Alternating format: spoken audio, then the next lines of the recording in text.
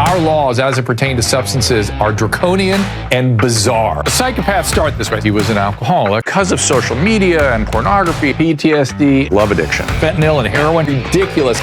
I'm a doctor, for sake. Where the hell do you think I learned that? I'm just saying, you go to treatment before you kill people. I am a clinician. I observe things about these chemicals. Let's just deal with what's real. We used to get these calls on Loveline all the time. Educate adolescents and to prevent and to treat. If you have trouble you can't stop and you want help stop it, I can help. I got a lot to say. I got a lot more to say.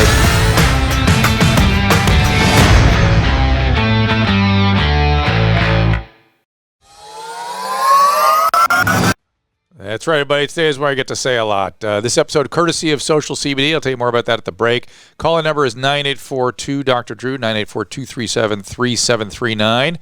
And we have a great guest. We're going to be talking about sort of general topics today. As I mentioned in the This Life podcast earlier, I'm the KBC Radio. I'm no longer going to be doing that show in the new year.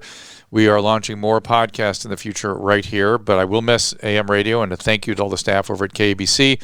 Also, Mike Cathwood, Lawrence Avon, and Leanne Tweeden, my co-host over the course of 6 years there. I will miss them, but we will all go on to, and you'll see them here, I hope, all of them. You saw Cathwood here recently, as a matter of fact.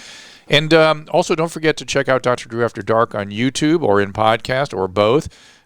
We have some really interesting stuff coming up with, if you are a fan of that show, Robert Paul Champagne, if you're your mom's house fan. Also, the Adam and Dr. Drew Show. It's at drdrew.com. Adam and I are together every day. A lot of people ask, when was the last time we talked to Adam? Yesterday. Subscribe and wherever you get your shows. And also go to drdrew.com, get all the links and the latest news. And we're going to beef everything up since I'm not going to be doing daytime radio so much anymore. My guest today is Simona Mangiante. She is a swimwear designer, a lawyer who worked with the European Parliament.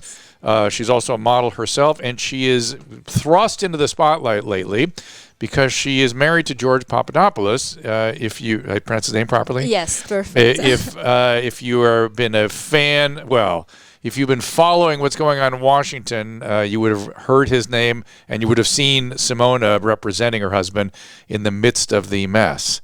So tell us what happened and what that was like. It was my and you married him in the middle of all this too, didn't you? That's a crazy thing. I was like, that is crazy. Officially, that's crazy. First of all, it's great to be with you today. You as well. Thanks for Thank hosting you. me. You bet. I became public, if you want, in the United States because I came here in the middle of a terrible storm, which was the Mueller investigation.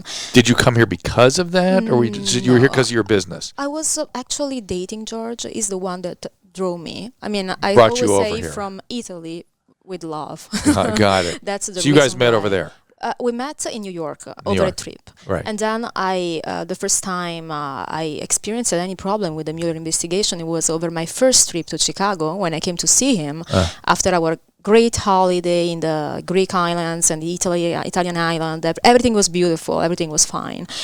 So once I landed in Chicago, I got a subpoena by Mueller. Now, that sounds crazy, and it's a very long story. Did you know what was going on? Did you understand what you were being sucked into? I just knew that Georgia had been interviewed by the FBI, but of course, my suspect, all my assumption drove me to this work with President Trump, and that's why I didn't pay so much attention to that. I knew there was because you thought that's reasonable for them to investigate him. He had some experience with the campaign. Exactly. So there is an investigation. What was his job there? It was a foreign policy advisor. And was he in terms of campaigning? Was he? Well, it was really helping Trump building bridges with the foreign governments. It was based in London at Once the he time. was president, or while he was campaigning? No, while he was campaigning. It was a campaign advisor. Got it. And it was based in London, so very easy to track all his communication via mail. And as I said, everything developed in a total lack of understanding from for everybody, and even for him. And did you think, what's the big deal? Why what's the big would deal? you? I mean, I'm a lawyer, so I said, okay, there is an investigation going on. It's quite. So it's just what do you call it? What do lawyers call this? Discovery. It's just a discovery. Yeah. Discovery, and probably is helping the government, to make clarity about many things, as he did actually in the end, and as he thought he was doing. So I really didn't pay so much attention to that. Until the moment I realized that I did work for the same guy that set him up. in London, at the London Centre of International Law Practice. And was in the beginning the reason why the FBI wanted to meet with me, to know how much I knew about that guy that now we know has been discovered to be a Western intelligence asset. He's a spy, but not a Russian spy, as he was characterized in What's the his beginning. name? Joseph Mifsud.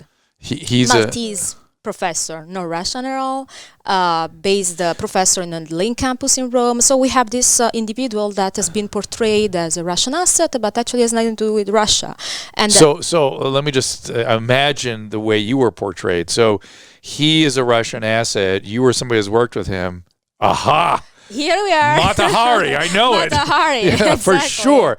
And I want you to understand, and for you, even as bewildering as it is, for somebody that grew up stateside, if I were to cast a movie with a female Russian operative, you would get that role.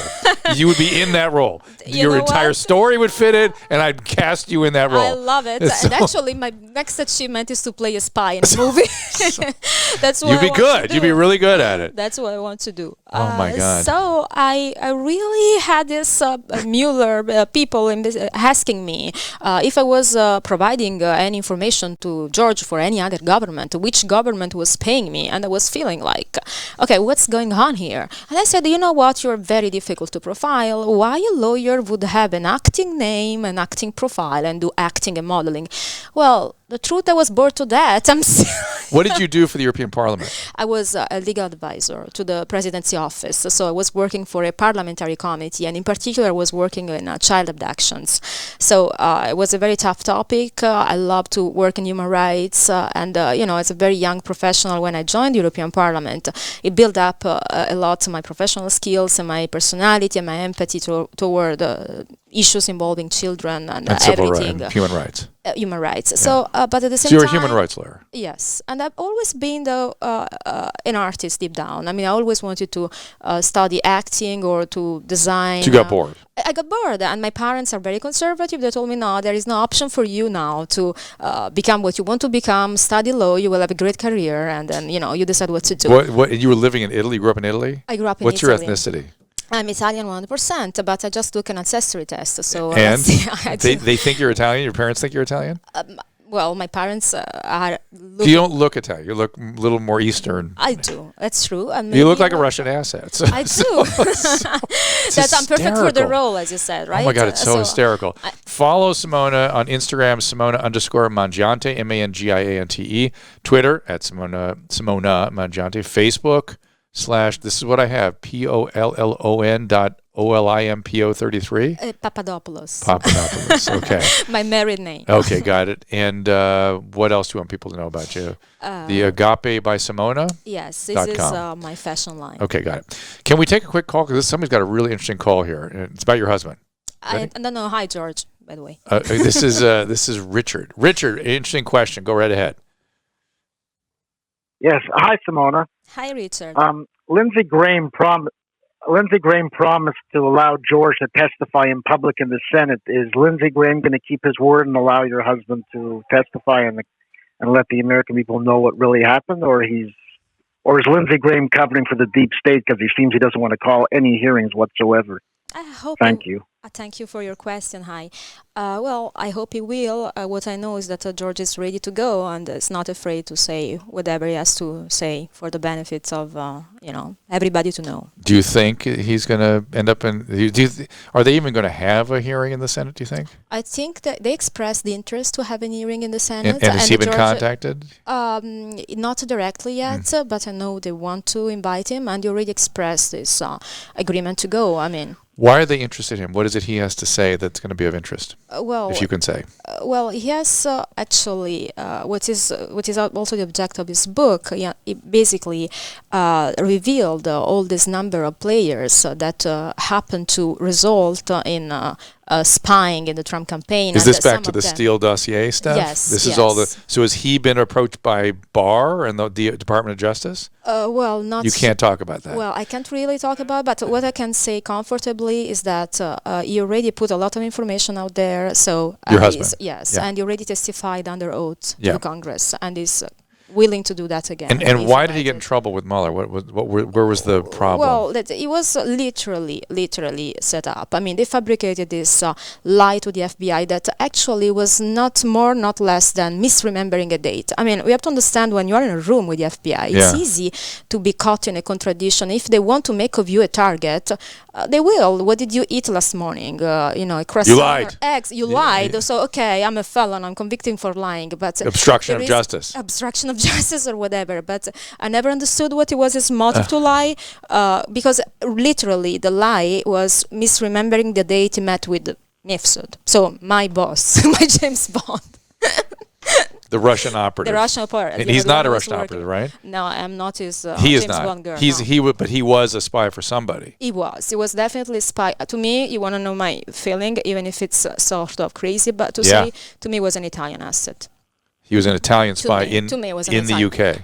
In the Western intelligence, Italian, UK. I mean, definitely. Who did he work for? Maybe both sides. Both sides. Who knows? I mean, you'll see a lot of things going on there. Yes, but, I see it. I never thought it could be. I've always been very sneaky, like a networking person, speaking Italian You're a perfectly. spy. I mean, exactly. And then I think he was trying to recruit me at some point. By the way, I'm not joking. But not for the Russians. For the Italian government. My experience with the London Center lasted 3 months, not more than that. And it was involving me in sort of strange secret symposium meetings. Did you talk about that when the Mueller I told them everything. And I didn't. I was caught in a lie yet. You were? Oh, you were not. You remembered everything. You're younger. And so, what do you now? How long have you been in this country? Not even 2 years. Not yet. No, yeah. What do you think of the craziness here? It's extremely crazy. I say my American dream is very cloudy. It's a nightmare. It's a nightmare, but it's also a dream because I love the love story in the middle of the venture. It was very intense, very passionate. Right. I really like this side, to fight together for something. Oh, that's interesting. It bonded you together. Yes. A crucible of war, sort of. Yes. So from a certain point of view, and then it's it made me grow up so fast. I was used to a pretty mainstream life. I was lawyer at the European Parliament. I had my little exit of oxygen when I was doing my little modeling things or acting under an alias, of course, because I couldn't be a lawyer at the European Parliament and then having this sort of hobby. But at the same time, I was really. I didn't expect anybody to be capable to rewrite my entire existence and then put a stigma on me and then have to live with that every day. Well, and then social media, I'm imagining, was just probably brutal. Totally brutal. Just have a look out there. They attacked me more than George. That's really... Well, I would argue this country saves very special... I don't have a strong enough word for women. We brutalize women when they step, in our opinion, out of line. That's something that I experienced in my skin brutally. There is also this guy I don't even want to mention to not give him publicity, but he wrote an entire book about me full of lies. I don't have time and resources to waste in a lawsuit right now, but when you have a publication with a chapter in which you write that I took $250,000 from the European Parliament, so suggesting I was operating already, which is not true, without backing up with what do any your parents evidence. think? They must be dying. Okay, do they know? They don't know. No, I try to keep them, away from most of the information. But my mother is an English teacher, so she understands English very well. And she goes on Twitter and she's terrified. She's terrified because in the end, she just sees how a lie can become can inflate and become like a boomerang, like a tsunami. And they attack me about everything, even about where did you grow up? I grew up in Caserta, nearby Naples. I studied the University of Law of Naples, and then I did different international programs in Spain, in Brussels, in Paris, in New York, and Washington. So, and your parents are still in Naples? Yes. What did your dad do for a living? My father is a college director, a classicist actually. My mother is an English teacher. And thankfully he doesn't speak good English. No, he speaks ancient Greek and ancient Latin. He speaks. But you know, he doesn't- reads Homer in the original language, but, Yes. but he doesn't have to suffer through Twitter. You know, exactly. So- My mother does. I mean, she's becoming very, like very familiar with the social net. Thanks God she doesn't have Instagram yet, but Twitter, really scary. Scary because and sometimes even when I simply walk the street, I have people telling me, go back to Moscow. Who do you think to fool? And once I just said I was in Hollywood, I said to this lady, I said, look, I have my passport in my bag. Do you want to see that? And when I do that, it's not because I need to prove myself, but just because I want to expose how obvious these lies are. And that's Russians could have given you that passport. I mean, everybody knows you can fake some documents. That Putin's pretty powerful. But I would not be free. Right. Well, I just like that you. I mean, you're an attorney, so you have some training in going back at people who are crazy like that. Exactly. Let's see. I'm trying to get some. We have a bunch of calls in here, and we're going to get to them. I promise. My goodness. Well, here's somebody that wants to talk about your fashion lines. Let's give him a chance to do that. Yes. Stephen, go ahead. Hi, Simona. Big fan. I've actually been following you on Twitter for a while, and I just wanted to say I bought two of your pieces from your designer swimwear, Aphrodite and Electra, for my significant other, and they are incredible designs, and they're made so well. And I Thank had you, Steven. two things Hi. to say following. One, I don't know how you deal with the amount of hatred on social media, but yet you continue to stay positive and stay so driven in all of your endeavors, especially from those people that might call you family. It's obscene. And Stephen, you let me just ask this. handle it like a champ. Stephen, what do you see? What are they saying? What are they doing? Well, you've got members of her distant family that are attacking her and Family? slandering her with the most ridiculous lies. And it's Hold all on. out Hold on on. Twitter. Sorry. She's going to address that. Go ahead. Hold on.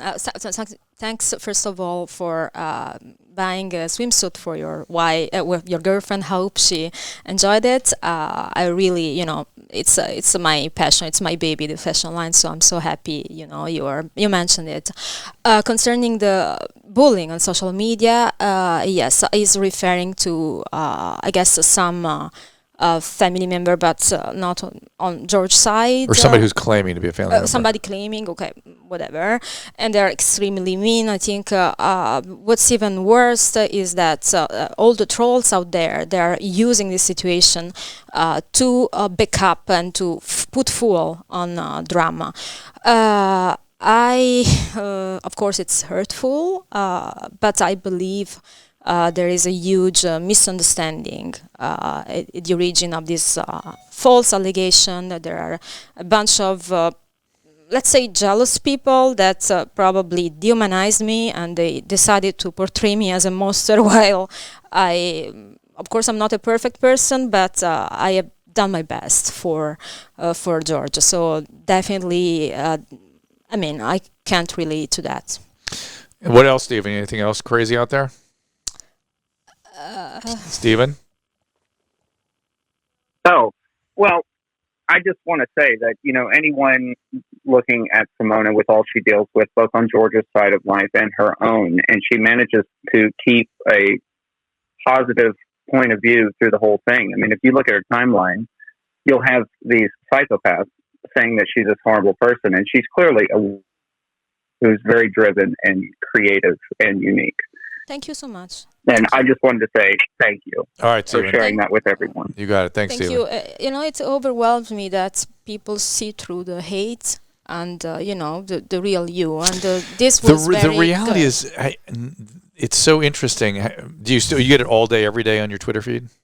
Yes. Pretty much, yeah. Yes. And yet the reality is, most people don't know and don't care. That's true. Right, That's true. and by That's most, true. I mean most. And you are so right, but you need to think about it to realize it. Yeah, because it rains down the negativity. You know, you open your phone first thing in the morning, you see these horrible I'm things. addicted.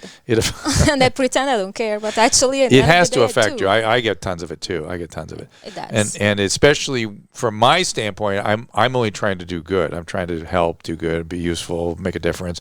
Seems like you're sort of from that point of view, right? Me too. That's, yeah. I'm really. You were a human rights lawyer. Human rights lawyer. I don't go after everybody. Right. And, even I think it's so sad when we discriminate women for. Well, this country, I've noticed that when I wrote a book about 10 years ago, and I was talking about how women who misbehave, and then I was talking about sort of Britney Spears and people like that, and how just brutal, particularly other women are. Is other women that are coming after you? Oh yes, yeah, mostly women. Yeah, mostly, see, isn't that weird? To me, women should support each other. They should support each other. I mostly have this hard case of when we was talking about family members. We're talking about people I never met, like someone married to George's brother who I never met in my life, but she's so obsessed with me. She would go to journalists and feed with lies and writing that I'm a horrible person. Well, she believes you're a Russian ass. Well, maybe, but actually she reported me for being a Russian. See, there you go. So, but she believes you're the reason that George went to jail or whatever. And then you say like, okay, really? I mean, fine. But at some point, the beginning you laugh, but then you say really? What's wrong with them? I want to talk, because you're very European, I want to understand the latest art scandal, which is the $120,000 banana. But before we do that, we're going to talk maybe a little homelessness here with Patrick. Let's see what he has to say. Patrick, go ahead. Hello, Drew. You're my big hero here, so I'm nervous. You're good, buddy. From a medical perspective, from a medical professional's perspective, and you were old enough to remember the grid crisis, HIV/AIDS back in the 80s. Oh, yeah. You guys were vilified when you tried to enlighten people. Oh, yeah. They denied it. It was, it was shameful. Well, let me hold you for a second, Patrick. Patrick, what happened was, it's really interesting. So I was taking care of lots of what we were just starting to call AIDS. I was in training back when AIDS hit, the epidemic. And it was one of the saddest chapters of human history, and no one's left to remember it. They all died. I remember it. It was unbelievable. And I had an opportunity to be on the radio, and I went on the radio on this late night show that was Loveline at the time. And I was stunned that no one was talking to young people about this. I'm like, oh my God, they seem to not have any idea this is coming. And I knew what young people were up to, but at that point in history, this country believed that, yes, we'd been through a sexual revolution. Doesn't apply to adolescents, young adults. Just adults do this, not adolescents. Why? They know better. I knew better. So I was talking to adolescents about using condoms and about this epidemic, and I was crucified for daring to talk to young people about things that should not be spoken of. And the AIDS phenomena was part of what you don't talk about. And I was just like, I couldn't, much the way I feel about homeless now, I felt about that AIDS thing, that I couldn't shut up because it was too important to talk about. I feel the same way about homeless in Los Angeles.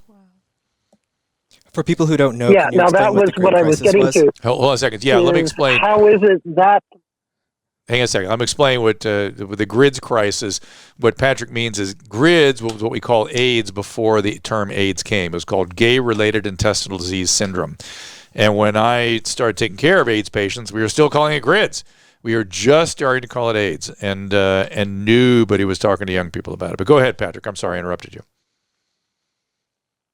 So that was my question, how that, historic episode compares now with how you feel about the homelessness crisis. Because you've walked through the streets, you've seen them. You went out, you said that on Fox News, that you've seen these people.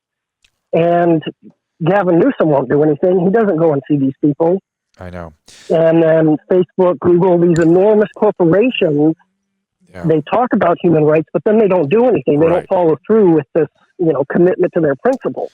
Right. So at some point, like in the mid-90s, I'm 37, in the mid-90s, you could talk about AIDS. It wasn't that bad. And by the late 90s, it was fully out there. Right, that's right. It took a while. This seems to be a little more. Yeah. This seems to be a little more ossified. Thanks, Patrick. I'll talk about it. And as someone who took care, I see who is in the streets because they are my patients. This is the population I took care of for over 30 years, working in a psychiatric hospital. It's the drug addicts. It's the chronic psychotic. It's people that will die in the streets, and they're dying at the rate of 3 a day. Wow. 3 a day. That's incredible. It's ridiculous. Scary. Yeah. And we In don't Italy, talk what do about- they do with serious mental illness? What if somebody says, I'm Jesus, and I want to smoke crack, and you're beaming thoughts into my head? What would what would they do with that person? Would they leave him on the street to defecate on the sidewalk? That's what I've been volunteering at the Union Rescue downtown. The Union Rescue Mission? Yes. With Reverend Bales? Yes. Isn't he amazing? Amazing. Yeah. And also because George was doing his community service there. Ah. I was volunteering there for a long time. And what really made me feel sick was that they're not simply people who have problem like homeless poverty, like in Italy happens most of the time. This isn't poverty. This isn't poverty. This is mental illness. This is mental illness, right? This is mental illness. You're dealing with drug addiction and Yeah. mental illness. Yes, and that's it. I feel Period. like the way this Union Rescue is amazing. Yeah. I really felt. I mean, Yes. I enjoyed working in the kitchen, preparing lunches and giving to them. And many people that are hired are ex-addicted. Correct. That then they work Yes. there. So And that's LA Mission and Union Rescue Mission both do that. They're staffed all the way through with people in I recovery. was so much impressed, Yeah. and they always were sharing with me their past of heroin addiction or even jail Crack or time, meth, crack, yeah. whatever. Yeah. And you see that there is inside there is a lot of humanity, and but outside, as you walk out the door, they are on the street. Right. And see, so what doing- drives me crazy is I know how to help those people on the street. It's not a problem. Be very easy. I know exactly how to do it. Our laws won't allow it. That's Our laws are the crazy. problem. That's That's crazy. crazier Well- than the people defecating on the street. Our laws are crazier than the people on the street. That's And this is crazy. not a third world problem. This is a America, medieval problem. medieval. Back when people thought they were possessed or needed to something was wrong, have to marginalize you. them and not deal with them. And then you're going to get medieval infectious diseases on the heels of that. That's true. And that's Promise. true because I what promise. happened, even like I posted a picture yesterday, like nearby Hollywood Boulevard, and you have these people that, the health condition must be terrible. There are new diseases developing, and we can't. Typhus, with rats are out of control. Yeah, Rats are everywhere. They bring typhus. yeah. They bring Yersinia, which, Wow. yeah, you know what Yersinia is. Well, Yes, oh my God, I never heard it from Yersinia, the more Yes. common name is bubonic plague. Yersinia is endemic in this region of the world. It follows typhus. Last outbreak in the world was in Los Angeles in the 1920s. Oh my God. Yeah. That's So non-tuberculosis exploding, leprosy exploding, non-tuberculous AFP, something called amavium exploding. This is going to go very bad. Flu exploding. Measles, if it gets into that population, watch out. So, all right, you wanted me to wait to take a break there, Caleb? Or you want to take a... All right, we'll do the break right now. I got lots of great calls. I'm going to get to that. I'm here with Simona Mangiante. You can see her on all her pages. It's all essentially Simona Mangiante, Mangiante. And so imagine if you just Google your name, all that stuff comes up. Yeah. Mangiante and Papadopoulos is too long. One of Fair the enough. two is good. We'll take a little break. Be right back. The CBD industry is still pretty much the Wild West when it comes to claims and criticisms. The science is catching up with the industry. We will have clinical science soon enough, and there seems to be an overwhelmingly positive response these days to CBD's efficacy. We've all heard the reports, and luckily our good friends at Social CBD are raising the industry testing standards. They like to say they are test-obsessed. Social CBD works closely with their suppliers and multiple third-party labs to ensure you are getting exactly the package that they say you are getting. High-quality CBD with 0.0 THC. And Social CBD wants you to be skeptical. That's why they put a QR and batch code on every package. This allows you to check all the test results for your product, not general testing, the product, the specific batch you bought. And while Social CBD broad spectrum products are available in a range of formulations, each of which is clearly described so you can make an informed decision without all that hype. and promises that sound too good to be true. To learn more, go to drdrew.com/socialcbd. That is my website, drdrew.com/SOCIALCBD. For a limited time, you can save 20% at checkout with the code Dr. Drew. Now let's get back to the show. Welcome back, everybody. As I said, we're going to have a little art discussion in just a minute. I'm here with Simona Mangiante. Before we do, I want to talk to Steve. Steve, I'm curious about Steve's call. Steve, go ahead. Dr. Drew. Steve, what's happening? How are you? I'm good. Good. You know what? You are. I think I talked to you one other time. I don't know. We'll make it quick. I know. We all need to build a life. Anyways, I'm from Santa Barbara, but I listen to you all the time, and you seem, and I think I said this last time, you seem to be a very intelligent individual. And so I've worked through my life a lot of. I grew up in Vegas, born and raised in Vegas. And then now in Santa Barbara since I was 23. Nice. Formally educated, yes, educated through the school system. I hear pipeline, whatever Adam talks about, all that. I get how the yin and the yang of it all. He and I. She's talking about Adam Carolla. It's a different. You absolutely. You're right. Him and you. I get that, and I hear the development of that and understand the development of you two, your relationship between the two people. Got it. And what's fascinating about that, to me, is how two people can get along from two different let me tell you. No, I understand. I mean, we're the same age. We have a lot of peer experiences that are similar growing up in this part of the country. So we have a lot of similarities that are not apparent. And he was the way I got access to people's ears, right? We used to say, he was the Gainsberger, I was the pill. We were trying to get people to take a pill, got to wrap it in something tasty. But you know what? I apologize. I apologize for interrupting. No problem. Finish. I apologize. No, go. Go ahead. Just taking that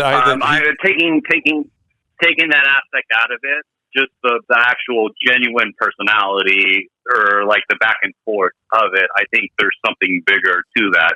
As you guys both know that I understand from coming from different villages. I'm just sharing knowledge that I hear you. I hear you. And it is. Listen, and as he also said, he's a really brilliant comedian, right? And so I have to learn at the hem of his skirt. You know what I mean? It's not something I know anything about, and so I try to listen. I try to play along with the stuff he's doing.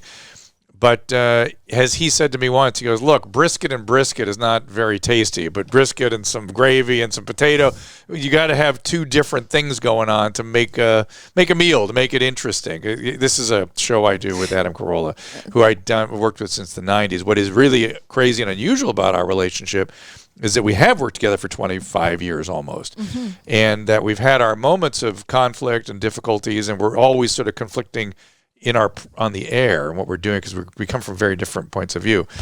But when the day is done, it's like being a boxer or something. You shake hands and you appreciate the other guy's work and you go home. I mean, you have a steak. It's not something you carry with you.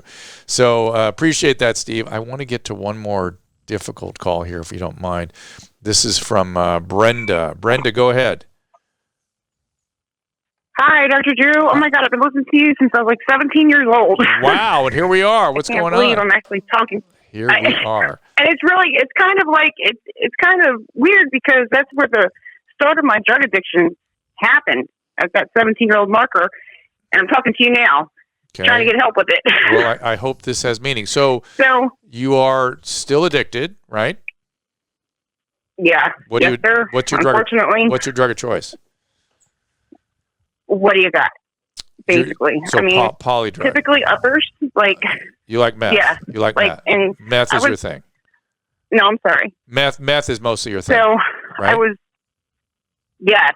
Exactly, because I had never done it until 2016, but that got me homeless on the streets of Austin, Texas. Right. Speaking of homelessness. Yeah, no, that's in math. LA, I know it. I mean, That's math. It'll do it every time. it's a really bad thing going on in Austin right now. I see on Twitter, like, they're just attacking the homeless out there.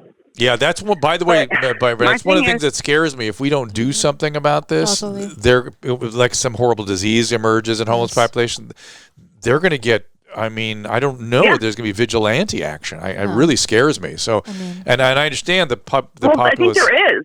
Well, maybe in Austin, and not, thank God, yet in Los Angeles. People are getting sick of it, but they're not. They're not. They haven't lost their humanity yet. So thank God. But let's talk about you. So no, they are losing their humanity. Well, in Austin, okay. You're now. Like I said, you're in Baltimore now, right? I am. I'm living with my mother and my kids. Okay, and how much were you smoking meth once or twice a day? Still? Not. I can't find that in Maryland, so I'm back to crack. Okay, how often are you doing crack?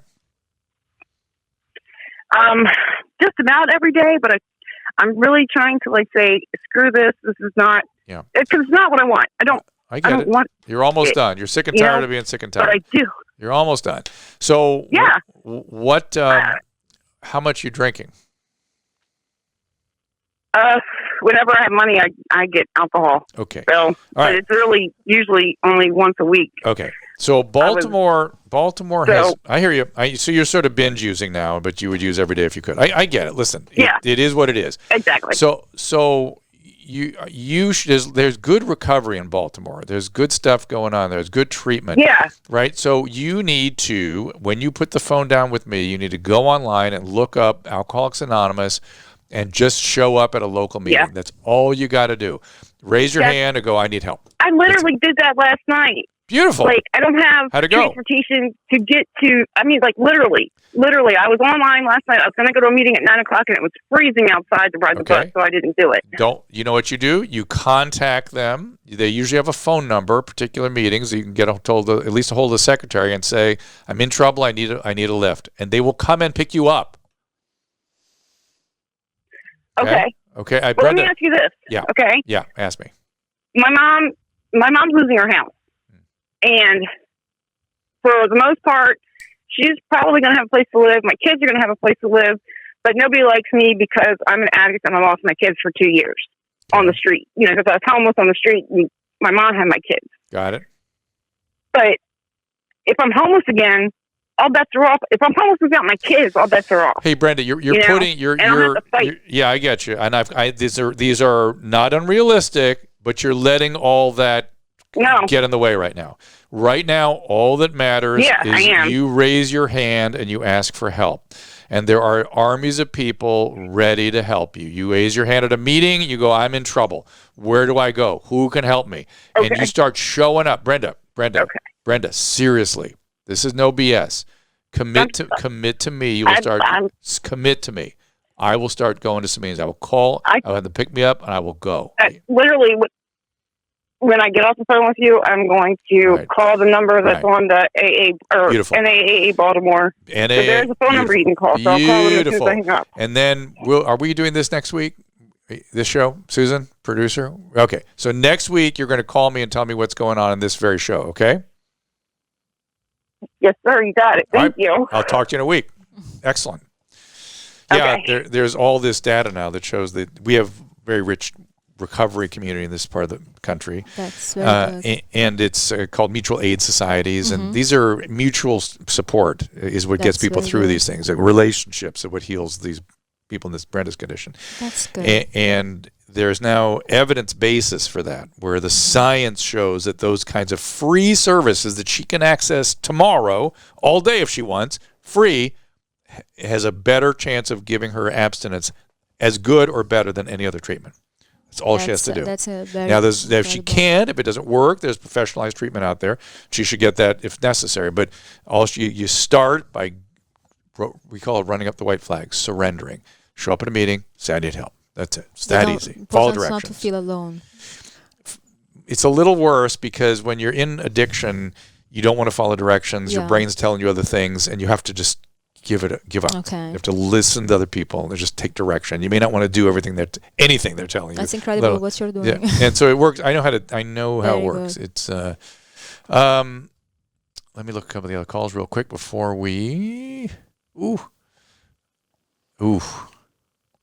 Oh, well, let's all right, well, since we're going down this path, let's do another stimulant, okay? Perfect. If you don't mind. Absolutely. Holly. It's very interesting. Holly, how you doing? Holly? Oh, yes. Hi. Hey. You're sober Hi. 15 Sorry, years. I'm in the store, and now You're sober 15 years from Yes. I'm going to bet alcohol, right? No. No. No. Why would you bet that? I'm Don't just pigeonhole me. no, I'm not pigeonholing. I'm just trying to put your I'm a whole lot more case gangster together. than I seem. So what was your drug of choice? Yeah, no. I had gone. Actually, I went to Betty Ford when I was 23 for alcohol. I had never done any drugs. That's what I just said. That's what I just said, Holly. By someone I said, in the program, Holly, so. I said, I bet you originally got treated for alcoholism. That's all I said, and that's what happened. No, but I wasn't. That was. There's a story behind that. Like I was not. I did not have an alcohol problem. You weren't. Then that's my well, my hold mother on a like second. got panicked. Well, then Betty But Ford should either lose. way, Hang on, my listen. alcohol is not what my deal is now. Hang on. Then Betty Ford should lose their license because if you do not meet criteria for They should, because I feel like I walked in there normal and like came out convinced I was a drug addict, and then I met someone at an AA meeting who like introduced me to meth, which solved every problem I've ever had in my life at the moment. Yeah. So what's the question? Before ruining it. What is yeah. Right. So what's the question?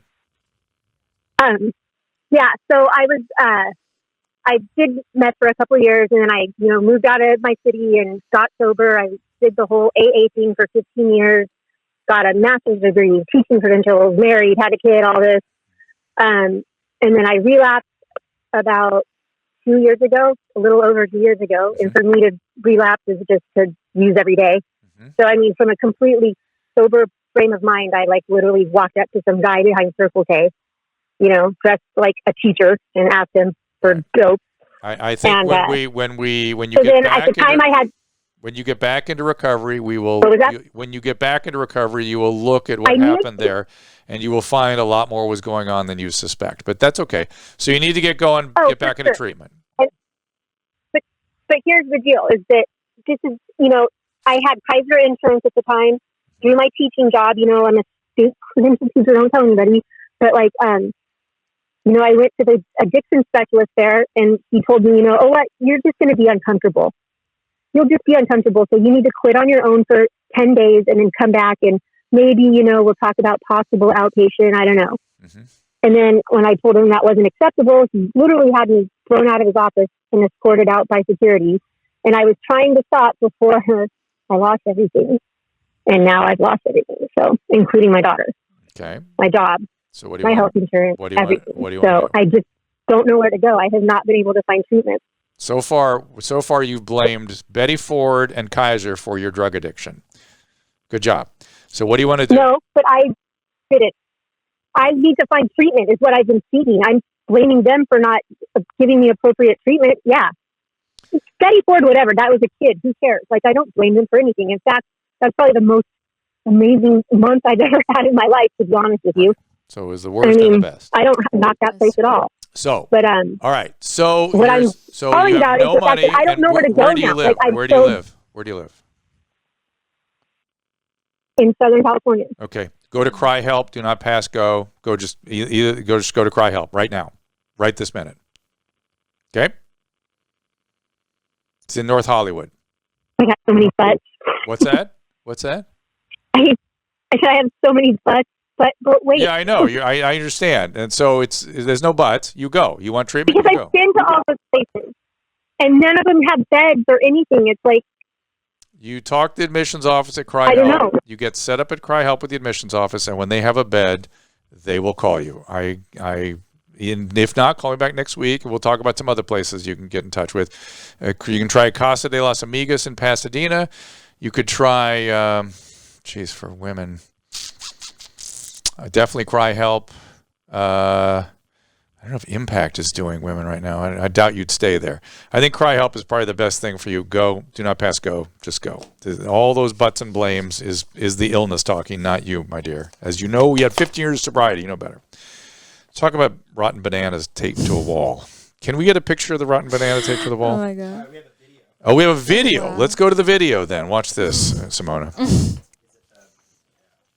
Dollar throne stolen from England's Blenheim Palace over the summer.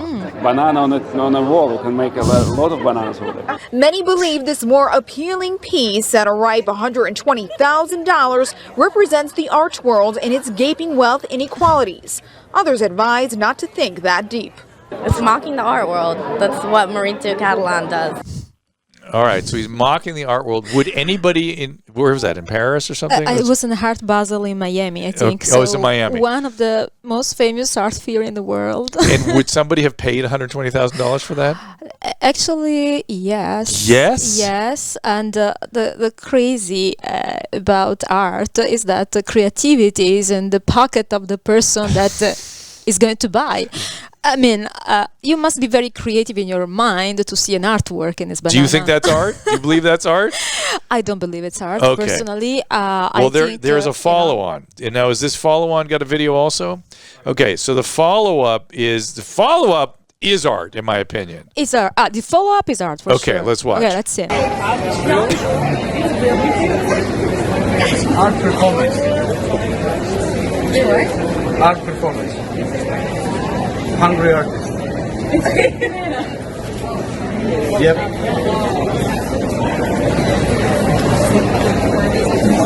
Okay. We respect Maurizio, but it's art performance, hungry artist. To the gallery. Thank you, very good. Is he the artist? Yeah, he's a performance artist. artist. A performance art. Okay, now, that's do you think he's not the guy who bought it either? He didn't buy it. I know. He just destroyed it. He just destroyed the artwork. And so the question is, it was called Hungry Artist, Arts Performance by me, David, whatever.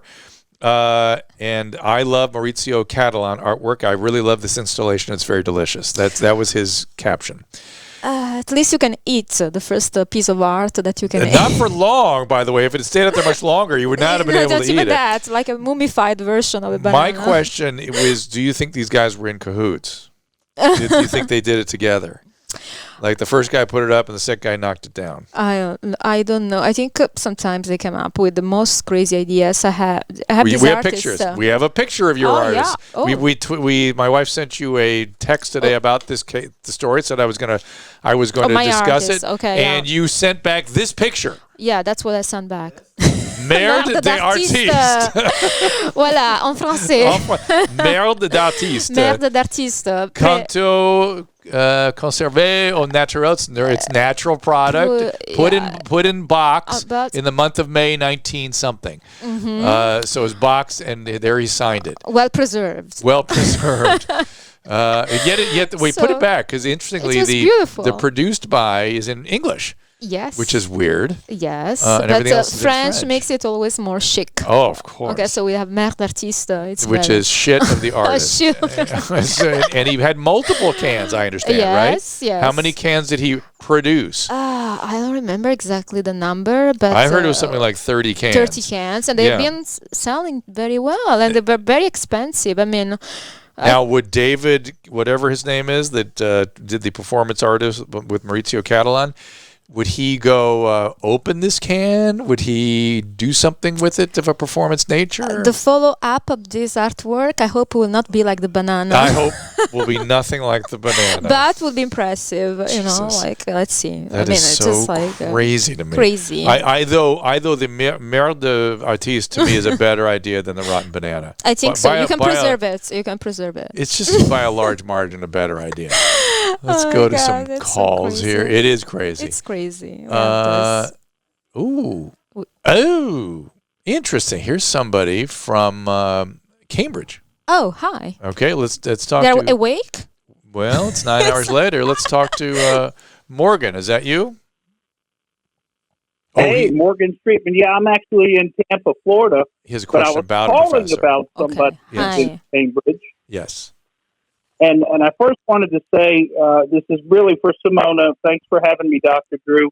I've loved following your husband's story. I've read his book, Beat State Target.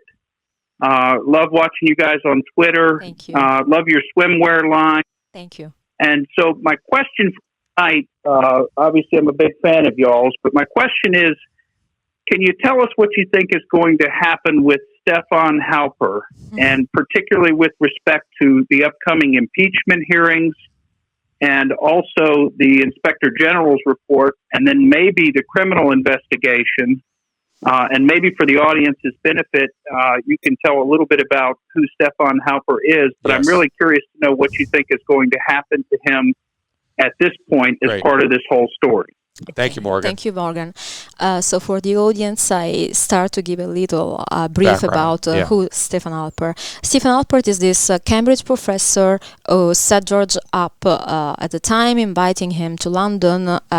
Miss Food? No, this is Halper is another one. Okay. So it's your other Russian colleague. Yes, Halper. That's my other colleague. No, actually, I'm mad at Stefan Halper because he sent to George a really seductive honeypot. So I felt sort of competition. I see. I understand. You know? Wow. Azaraturk, this yeah? blonde bombshell. They said, to try to seduce him and say, George, it's so sexy to have, if you do some business with Russia, I'm going to sleep with you if you tell me everything about it. And who was she working for? She was working for the CIA. And she, of course, it was a fake name. And she was the supporting role of the fat spy, less attractive. Stephen Halper is not that attractive, if you see his picture. Not to George, anyway. No. So I'm mad at him. I'm mad at all of them. Reasonable? Yeah, exactly. Well, to come back to the real, the real, this is real too, but the impact of what happened is that we know that Halper has been paid by the FBI. So there is a track, this character has been outed to participate to this scheme of entrapment. Azaraturk, the blonde bombshell, blah, blah, blah, she disappeared. We know today she doesn't... This is not a real name. The phone number that at the time she provided doesn't exist. So, we're just talking about this person that was seductive and then vanished. So I'm the only spy who stayed. Well, will there be will this come up in the impeachment process? Yeah, do you think? I think it's what's so scary about this process is that we are all this information, all these facts happen to infiltrate the Trump campaign with different characters. So Mifsud is the first one who approached George to throw the bomb of the dirt on Hillary Clinton, and the second professor was trying to extort to George by himself and through these honeypots some information about collusion with Russia. The reality is that this never happened. George not even reported this information to the campaign at the time. That's the reason why it was not caught in anything major than misremembered date. Otherwise, a conspiracy would have materialized. That's Halper, to go back to your question, is one of the central character, because we know he not only invited George to London to work, he was asked to do this paperwork on oil policies, but also Mike Flynn. So there are another Trump campaigner that was approached by the same professor who seemed very interested in all the people working for the campaign of the current president. I think definitely all these characters didn't operate individually. They were all participating to the same scheme, which is the one to, that is, as you said, you read the George book and explains very well what happened.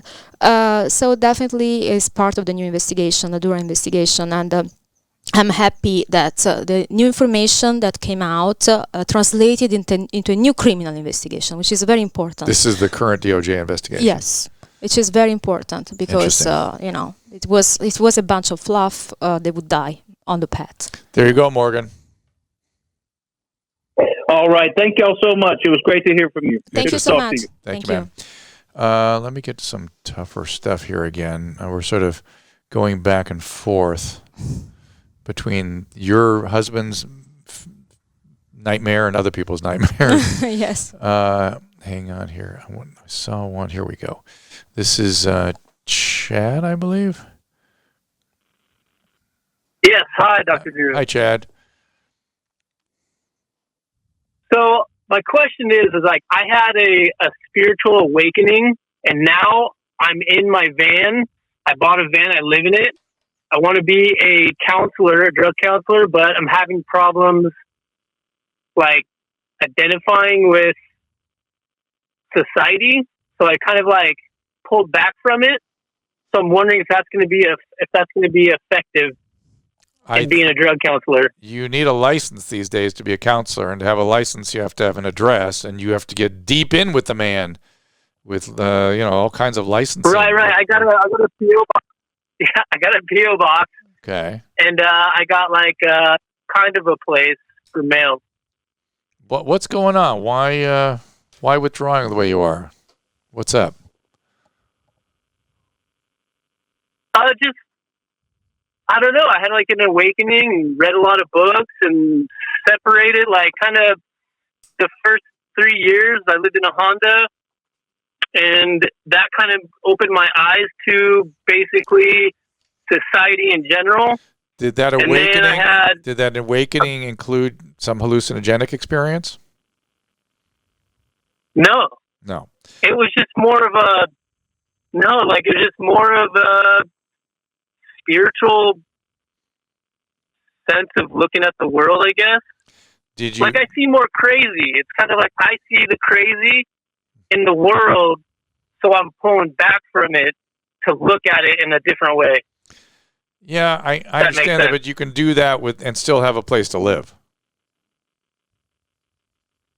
Right, but is it needed? Like that's the thing. Is like, do I need that to? Yes. Be a part of the, because I really want to do drug counseling and go on that. You need to have a place to live to do anything.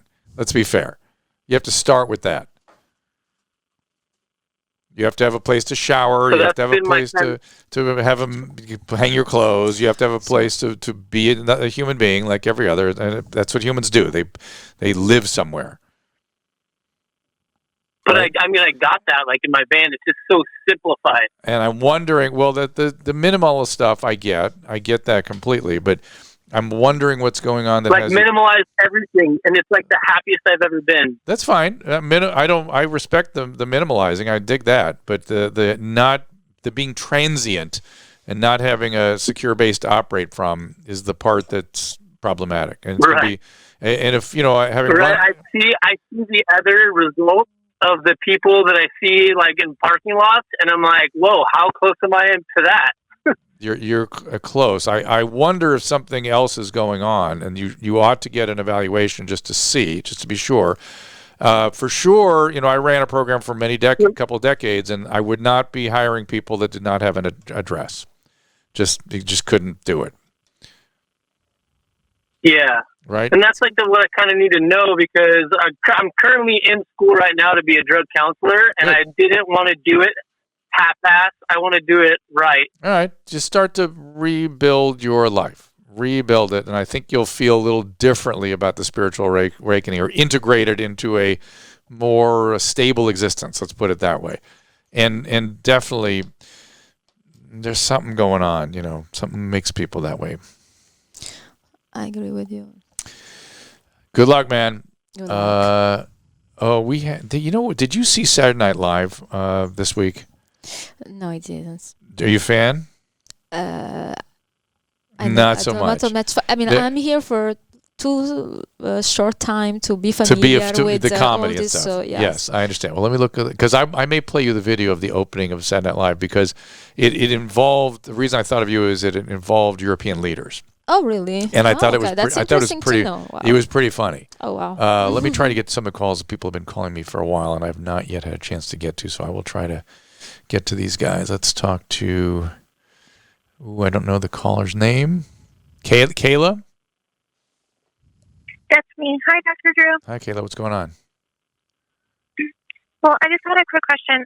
My doctor recently put me on Lexapro, and it did not work very well for me, so I'm coming back off of it, and I've been off of it for about 4 days now, but I'm still having some weird side effects, and I'm kind of just wondering how long it takes for it to completely be out of my system. Are you having side effects from the withdrawal of the Lexapro or from the use of the Lexapro?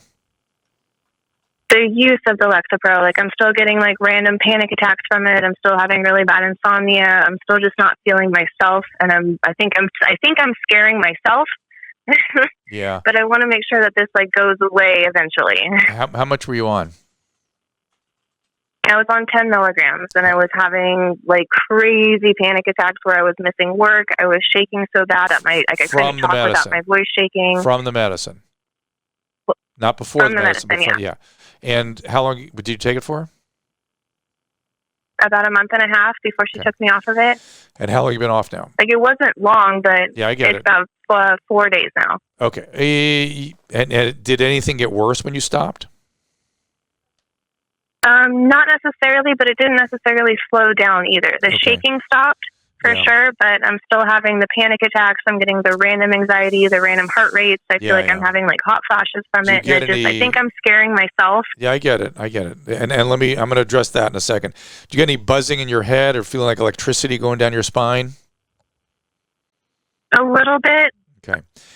A little bit, and I have a fainting disorder too, so I think that's also a play into my anxiety about it. What kind of disorder?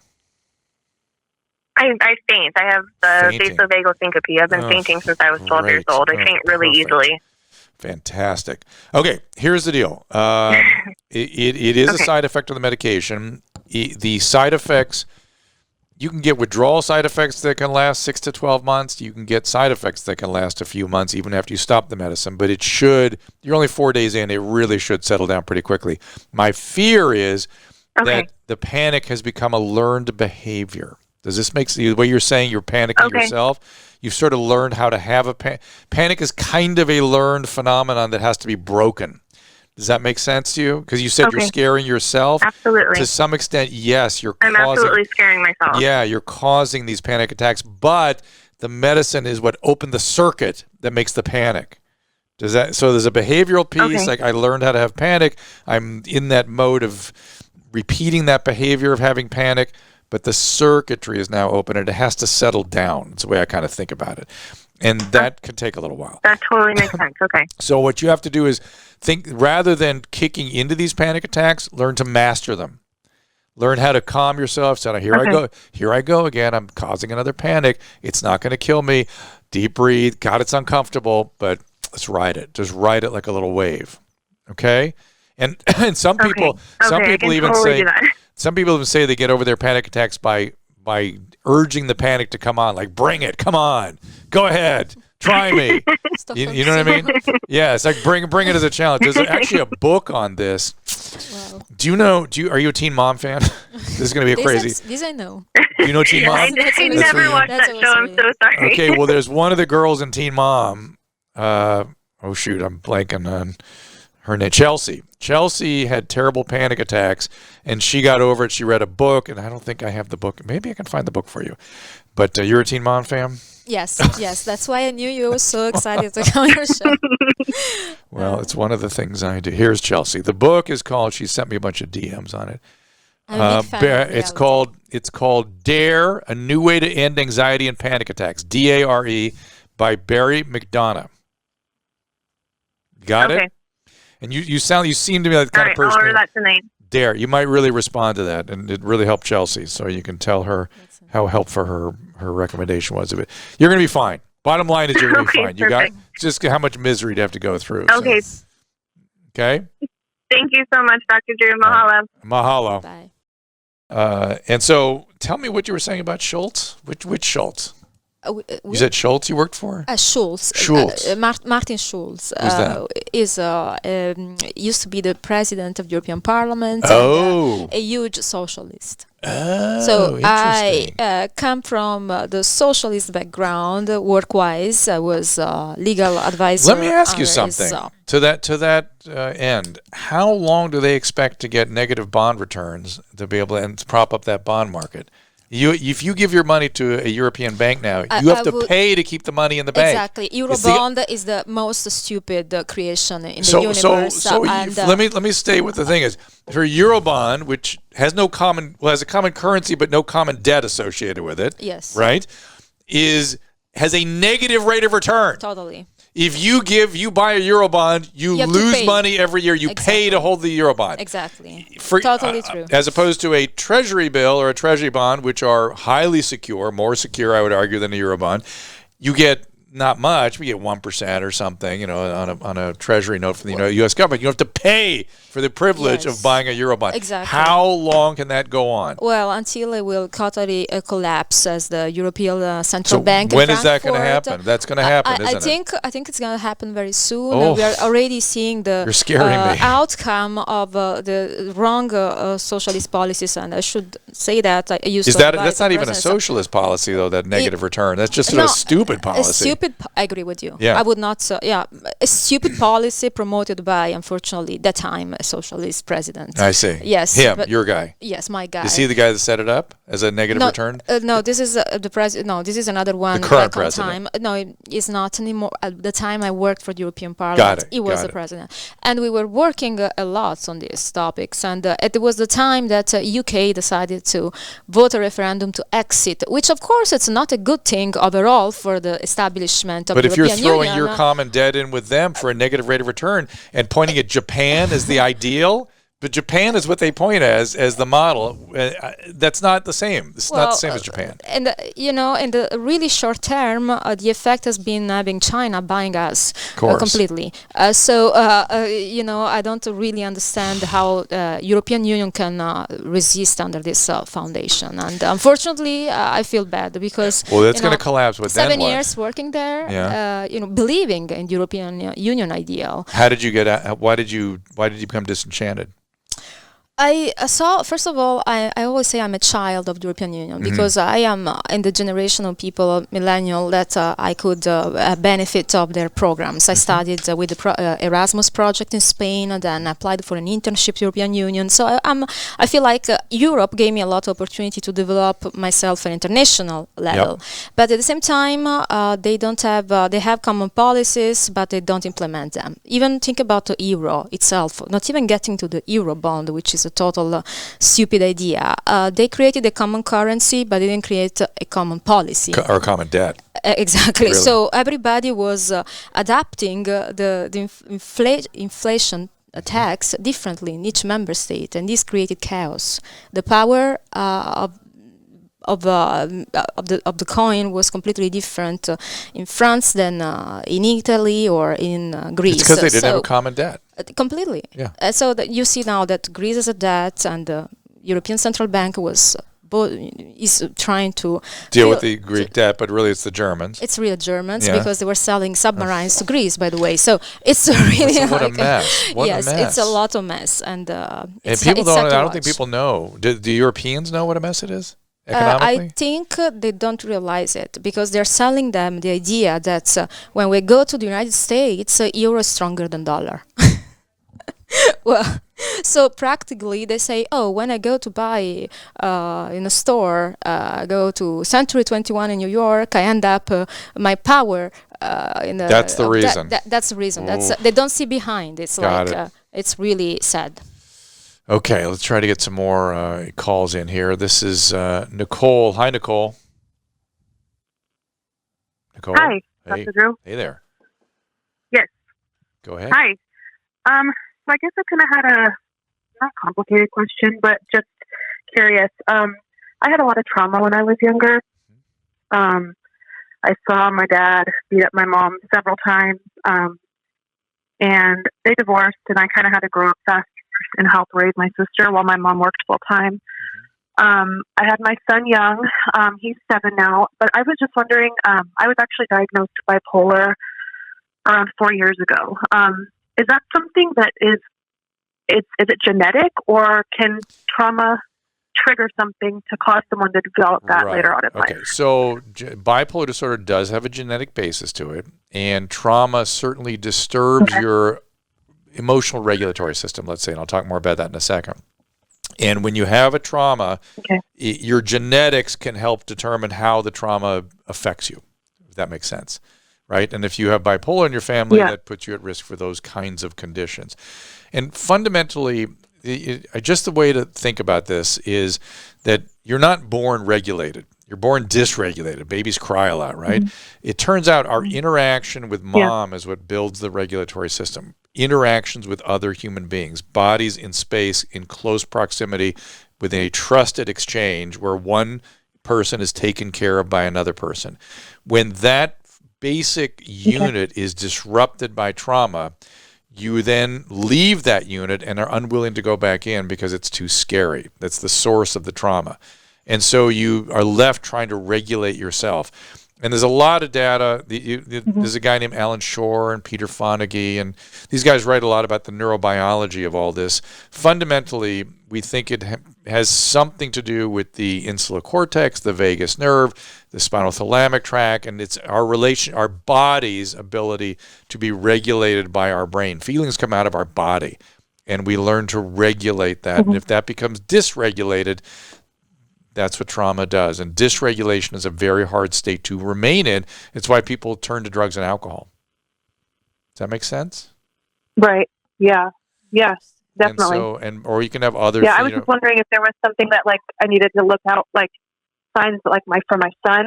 I haven't seen, and I know looking back now, there was, even my mom says, yeah, there maybe was some signs, but there was something a little, just off. Yeah. I've always been a really anxious person. I still am. That's something that I'm still dealing with. But I didn't know if there was stuff that I needed to look, keep an eye on my son. And I haven't, I think I will tell you, Nicole, the most important thing is you'll be aware, you'll pay attention, you're a good mom, but you need to, as much as possible, bring your child up in a psychologically healthy environment where you are paying enough attention and being close and being attentive and attuned to the child's needs and emotions so they're able to be regulated. The child builds a proper regulatory system, and then whatever his genetic proclivities are, they'll be tempered by that ability. Right. See, but between the genes and the environment is attachment. That's the way I think about it. And if you can form a good, secure attachment with your child, that can buffer the genes or the effects of the environment. Make sense? Okay. All right. That makes me feel better. Yes, definitely. Right. Thank you so much. You got it. We have talked about everything today, my dear. Is there other stuff, Simona, you wanted to get into? We've talked about drug addiction. We've talked about the European currency. we entered in much everything. Yeah. You're a teen mom fan. Do you want anything to know about that? Yes. I was working as a reality. You want to work in reality TV? Well, I am already in a docuseries right now. Oh, what's that about? It's about my husband and I. We've been filming for a year, and I think this really affects your having cameras going all the time. Yes. It's a weird thing. That's why I wanted the expert advice how to survive to that. When people have come to us and asked about, do you want to do this or that reality together as a couple, we normally say no because we've noticed that very few couples survive reality cameras. I don't know why that is, but that is. That's Ozzy and Sharon are about the only ones that survived the reality cameras.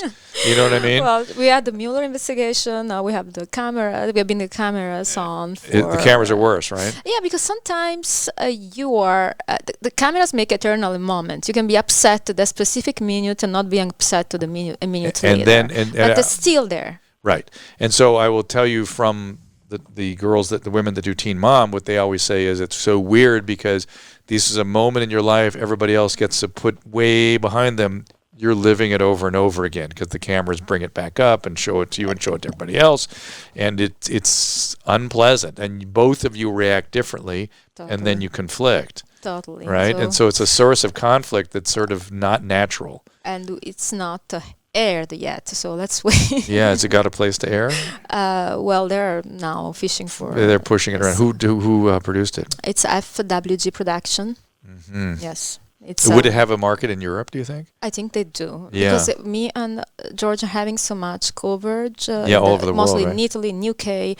And they always follow our Twitter accounts, all this madness and you'll be going on Big Brother UK and whatever. Well, it's like, okay, let's see what's going on behind. What an investigation does to couple in terms of pressure. That's that's something that really oh my God, I'm getting ready to go to testify to the FBI.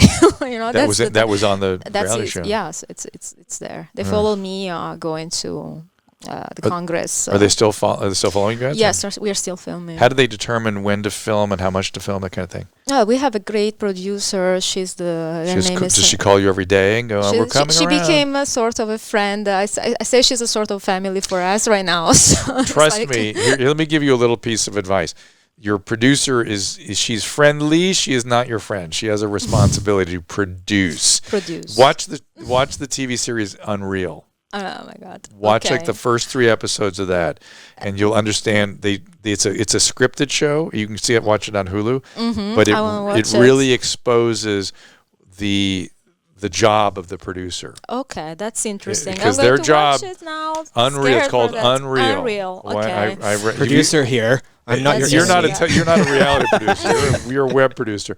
Have you watched Unreal? Yes. Yes, it's an amazing show. Explain to her what it is. It will open your eyes to how the business works. Oh yeah, you'll be so protective. Reality TV. Yeah. I feel a mix between Forrest Gump and Joker. Exactly. It's a lot closer to Joker. I become Joker. Yeah, it sounds like an interesting show. Yes, it is. You guys you live a crazy life. We had also camera at home for a while. You what? We had cameras at home for a while. At where? At home. At home. Camera, yes. Like constant, like all around. Yes, only at the downstairs. We have just 2 floors downstairs, and just running constantly. Did they have somebody watching? Did they have somebody like in your house? I get the feel. but I mean, they didn't just record it like a GoPro. They recorded it and sat in a video room and video village, and somebody was 24 doing story 24/7 from another place, but definitely it's we were there, for example, watching the Mueller report. Your friends. You never know what's going to come out of this reality show. Oh my God! But it will be good. Me. I will become your patient. We'll come back and address it again. Okay, I think we're about ready to wrap things up. We're going to show Simona's swimsuit line as well. Want to do that? Do that on the way out. How about that?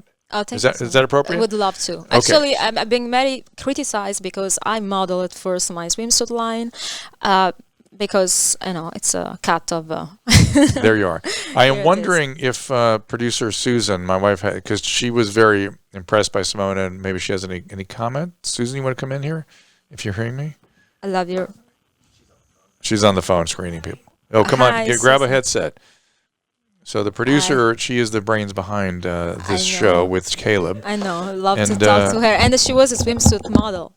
Yes, she was. Yes. So I wasn't tall enough to be in the runway. So, but I did model swimwear when I was in my first jobs, one of my first jobs, and I had a group called the K-Rock Bikini Girls. So I had a group, 90 women that worked for me as bathing suit models, just bathing suit models, like fashion. That's how I met Drew. I was working at K-Rock. Good taste. Yeah, and Drew used to judge the bikini contests, so that was kind of fun for him. One time. Well, we were in our 20s. It was back in the day. I really came up. California inspired me. I said I see beaches everywhere, and I love your suits. They're amazing. Caleb, thank you, is in love with them. He says his wife could wear them all well. Oh, thank you so much. Yes. Thank you. She'd be a great model for them. Show the pictures. We haven't. We've been showing them. We show the picture. Okay. I will be happy to, just personalize any swimsuit for you and even send you as a sweet. Producer Susan can take you to her swimwear museum if you like. She has a museum of swimwear. Oh, really? Well, I did at one point. I'm working on the other. She must have. She has a museum. I think I've had every style bathing suit in the world. I'm happy you like it. Sometimes some people told me, they're too revealing, and I said, I don't go to the beach dressed up. I mean, I don't go like that. Right? I love the red, white, and blue one that you had. Oh, the American flag. Was that your? Yes, I created it. I liked it. I used to say, my welcome to America. And then, as I said, American No, they're all cute. They have really high legs, which I like. Makes legs longer. Yes, looks longer. Yes, and they come up high in the waist, so it covers all my stretch marks. Because you look amazing. Triplets. No, I love the suits are adorable. So. Thank you so much. All right, ladies, you done? Thank you. I want to give you a chance to gush. Wait, did you see the guy who wants to know about his pee situation? That's your mom's house question. Come on. You want me to do it? Yeah, come on. Okay. He doesn't give his name. Oh, I thought it was. Hello? Hi there. Go ahead. Hi, this is Drew. Oh, it is Drew. Is this Drew? See. Yes, this is Drew.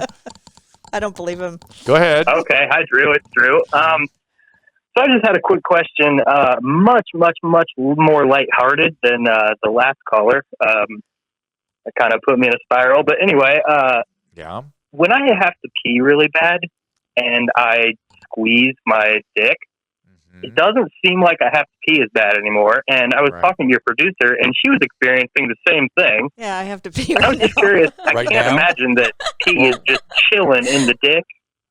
Yeah. Why is that the case? I'm going to guess it is because when you squeeze the tip, you cause a contraction of the bladder, the musculature, and so the floor of the bladder kind of pulls up, and it doesn't feel as urgent that way. Really? Yeah, I'm going to bet that's interesting. So that can connect to all the way to the bladder just by all the squeezing way to on the the bladder tip? neck, all the way to the bladder neck, because that's all smooth muscle and it all kind of interesting. Yeah, and if you maybe do a little Kegel at the same time, see Which I'm doing right now. or maybe do a Kegel separately and see if that gives you the same kind of relief. Okay. I have to. How about that? I think that's just the same thing. Like I think it's just That's the same unintentional. I'm thing. probably doing Kegel as well as I'm squeezing. That's exactly right. And keep them high and tight, Drew. Yeah. Wear them high and tight. Yes, of course. Thank you, Drew. Love the That'll show. help if you have to All right, pee, man. too. Thanks. Well, thank you, Ms. Producer, for giving us that question. That was a little mini ad for Dr. Drew After Dark. Do check out that show where we do more of those kinds of calls. That's not really specifically what Ask Dr. Drew is about, but Dr. After Dark is that. Simona, great job. I appreciate you being here. It's really interesting. I really actually was not aware of your story. I've heard your husband's stuff in the background. I remember hearing about a guy that went to prison because of a date problem. I remember the president talking about that, good people getting trapped, and he sort of was alluding to, I guess, your husband. Yes. And I feel a comradeship with you in terms of the shitstorm you have to deal with in social media, which I deal with all the time. And probably I'll get just for us being here and talking and just chatting together. I would love to. So, all right. Well, good to have you. We'll have a follow-up when your show comes to television. Thank you so much. That's very good. And Thank you. Caleb, thank you. Susan, thank you. You guys did a great job. And are we going to be doing this next week? Is that the plan? So, okay. And we've got some calls coming in next week. I don't know. I have to talk to Caleb when it's and as I said, we do not have KBC in the new year, so we may do even more than one a week of these, I suspect. So we'll see about that, and we'll see you next time. Thanks, guys. Thank you. Thank you. Thank you. Bye.